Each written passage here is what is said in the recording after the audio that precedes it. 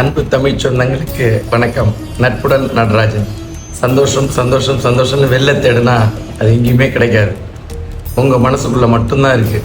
ஒருத்தர் கடவுள்கிட்ட போயிட்டு எனக்கு சந்தோஷம் இல்லை, நிம்மதி இல்லை, எனக்கு வாழ்க்கையில் எதுவுமே இல்லைன்னு சொல்லி கஷ்டப்பட்டுட்டு இருந்தாராம். உடனே கடவுள் உன்கிட்ட என்னென்ன இல்லைன்னு எழுது அப்படின்னு சொன்னாராம். ஒரு 4 பேஜ் எழுதி கொடுத்தாராம்.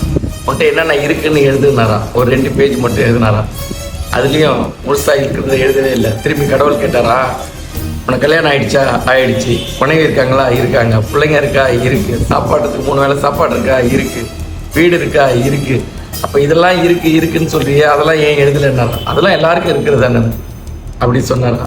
அதனால் எதெல்லாம் இருக்கோ அது உங்களுது, அதை நினச்சி சந்தோஷப்படுங்க. எதெல்லாம் இல்லையோ அது உங்களுது இல்லை, அதை பற்றி கவலைப்படாதீங்க.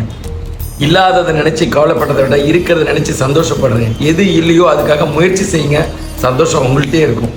நன்றி.